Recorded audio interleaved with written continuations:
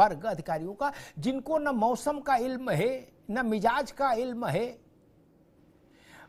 बाजरा के पिटुआ स्वास्थ्य अच्छा हो, हाजमा अच्छा हो, मौसम ठीक हो तो खाए जा सकते हैं क्या? जब शरीर थोड़ा दुबला हो जाए, इम्यूनिटी पावर कम हो जाए, तो बाजरा के पिटुआ कोई बनाता है नहीं ना। और जो बना रहा समझ लो दुश्मन है फिर आपका। जब खिचड़ी खाने का वक्त था तो बाजरा का पिटुआ खिला रहा है।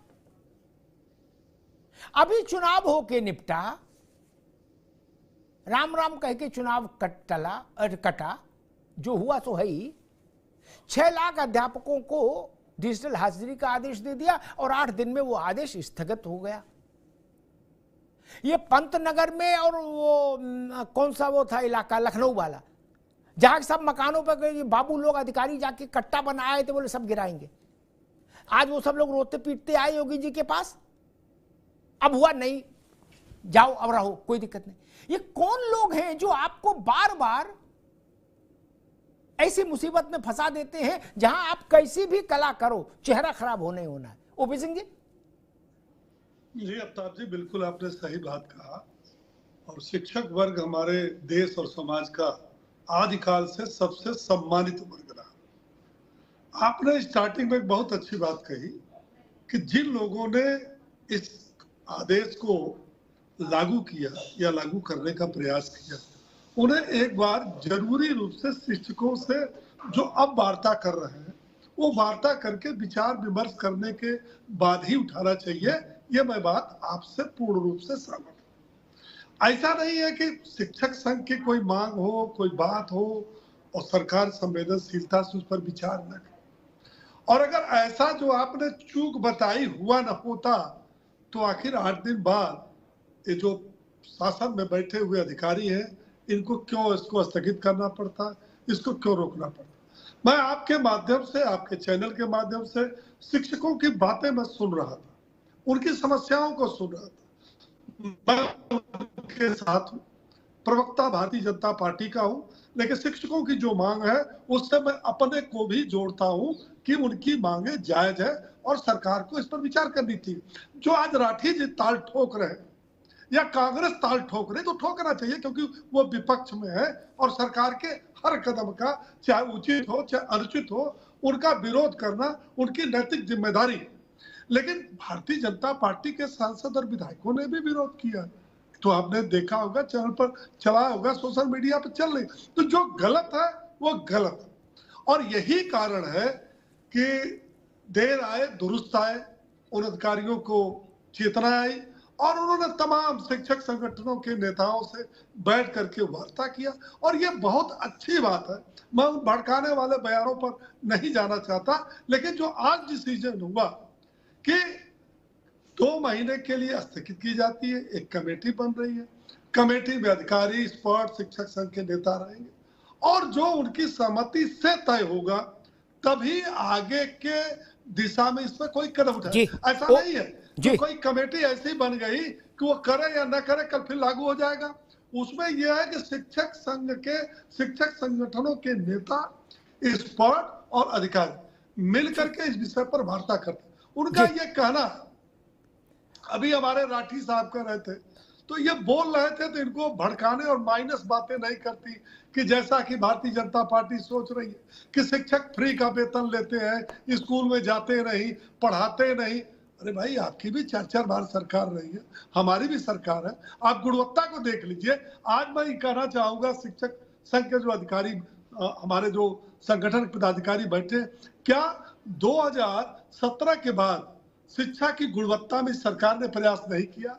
क्या विद्यालयों की जो स्थिति, जो टापू बने हुए थे जिसमें बैल और कुत्ते घूमते थे, आज उनकी स्थिति सुदृढ़ हुई, शौचालय बने, रंग रोगन हुआ, बाउंड्री वॉल बनी, बच्चों को किस समय से किताबें, मोजा, जूता, बैग, सारी सुविधाएं देने का इस सरकार ने प्रयास किया और कर भी रही आगे। ठीक, ओपी सिंह जी, वो लोग के जमाने की बात है जिनके जमाने में शिक्षक और शिक्षा का जो है उपहास। ओपी सिंह जी, एक बात मुझे मेरे जहन में आ रही है, मेरा अपना व्यक्तिगत ये विचार है, अगर मैं राजनेता होता,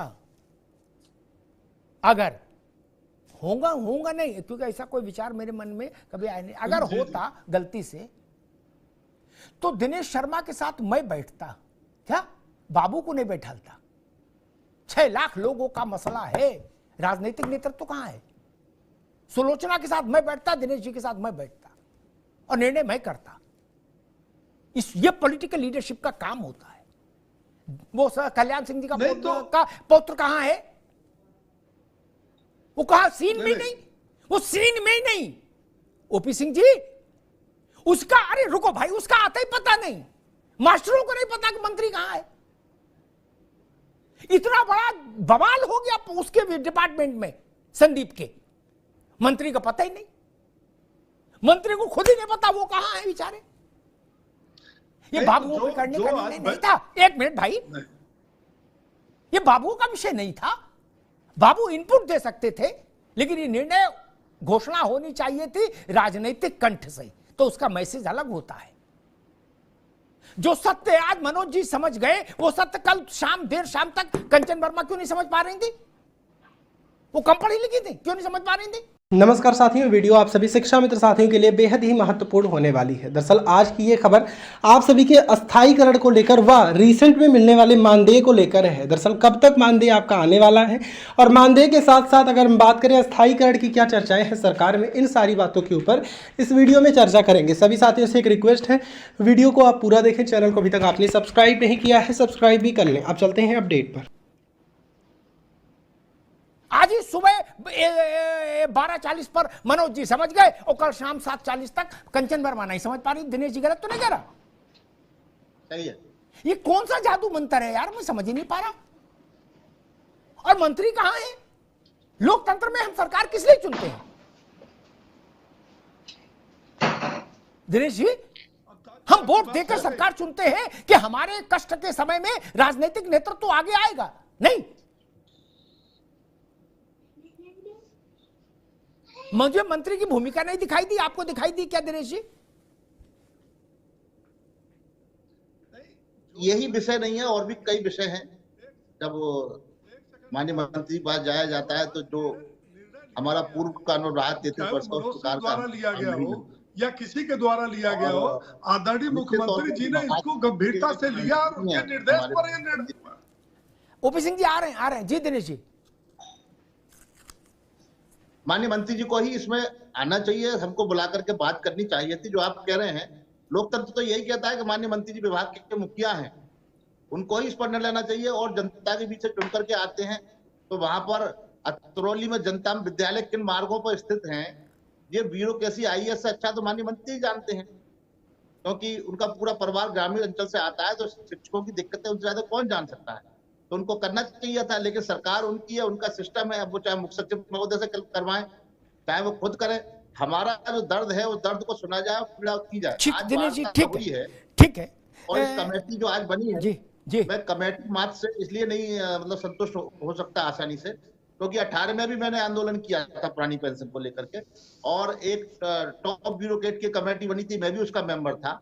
और 6-7 महीने वो कमेटी चली, और कमेटी चलने के बाद एक प्रस्ताव बना, प्रस्ताव ले जाया गया उसको गवर्नमेंट ऑफ इंडिया के सामने। यूपी गवर्नमेंट में आज आपके चैनल पर बैठ कहता हूं कि यूपी गवर्नमेंट पुरानी पेंशन देने को एग्री थी, लेकिन ऊपर से हरी झंडी नहीं मिली और वो वापस आ गया प्रस्ताव, और हम लोगों को हड़ताल में जाना पड़ा। एक हमारा संगठन जो हड़ताल में गया सरकार के खिलाफ, और हाई कोर्ट ने कहा, लखनऊ बेंच ने कहा कि इन स्ट्राइकर के खिलाफ एक्शन लेकर के हमको अवगत कराएं। लेकिन इलाहाबाद बेंच ने कहा कि नहीं, पहले हम इनको सुनेंगे, इनकी सुनेंगे। तो हमने वो स्थिति, वो अनुभव मेरे पास कमेटियों का है, शिक्षा मित्र कमेटियों का है।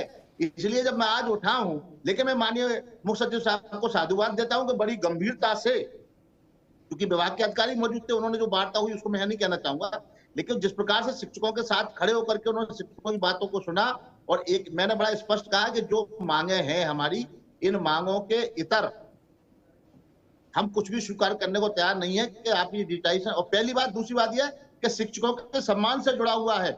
महानिदेशक महोदय मौजूद थी, मैंने उनके सामने कहा कि इनसे शुरुआत होकर नीचे SDI तक, कार्यालय तक जाए, तब इसका आकलन हो गुणदोष का कि ये पद्धति सही है, उसके बाद शिक्षकों पर विचार किया जाए। लेकिन सचिव महोदय ने एक बड़े अधिकारी का परिचय दिया और बहुत शानदार बात उनकी रही, आश्वासन हमको दिया है कि नहीं, इस पर वार्ता होगी। जी वह संवाद होते ही रहना चाहिए। सुलोचना जी, ये सवाल उठाया क्या किसी शिक्षक प्रतिनिधि ने वहाँ चीफ सेक्रेटरी के सामने कि इतना बड़ा निर्णय जो 6 लाख लोगों की जीवनचर्या को प्रभावित करता है सीधे सीधे, उसको लागू करने से पहले, उसका आदेश जारी करने से पहले कम से कम 6000 अध्यापकों से तो चर्चा हो जाती। 6 लाख के लिए जो कानून बन रहा है उसमें 6000 से तो चर्चा, 6000 नहीं 600 से तो हो जाती। नहीं, ये बात उठी कि नहीं? जी सर, कल शाम को जब महानिदेशक महोदया के स्तर पर जब बैठक बुलाई गई थी, तो उस समय इस बात को मैं अपनी तरफ से रखी थी कि जो ये बैठक अभी लग रही है, इस बैठक को जब ये योजना लागू करनी थी उससे पहले संगठन को बैठाना चाहिए था, क्योंकि संगठन का जो प्रतिनिधि मंडल होता है वो परिषद का सदस्य होता है, और परिषद में जब भी कोई डिसीजन लिया जाता है तो संगठन के सदस्य को बैठाकर ही निर्णय लिया जाता है। तो शायद ये बैठक नहीं हुई थी। समस्या यहीं पर है ओपी सिंह जी, ये बैठक इसीलिए मैं बार बार कह रहा हूं, ये अधिकारी इतना नुकसान करवा देते हैं कि लम्हों ने खता की है, सदियों ने सजा पाई। आप उस वक्त कह रहे थे कि फैसला कोई करे उससे क्या फर्क, नहीं फर्क पड़ता है मित्र। बाबू को चुनाव नहीं लड़ना, चुनाव में ओपी सिंह को जाना है। जनता तो आपका कुर्ता फाड़ेगी ना मित्र। एटा में, अलीगढ़ में तो संदीप को कैंपेन करनी है ना, अपने लिए भी, अपने पिताजी के लिए भी। तो वहां तो मास्टर उनको घेरेगा, नहीं घेरेगा ओपी सिंह जी। कंचन वर्मा तो जाएंगे नहीं वहां चुनाव लड़ने। अगर राजनीतिक नेतृत्व तो इतने बड़े अवसरों पर भी नहीं आ सकता फ्रंट पे। अभी मुख्यमंत्री जी ने कहा था कार्य समिति की बैठक में कि बैक फुट पे नहीं फ्रंट फुट पर खेलो।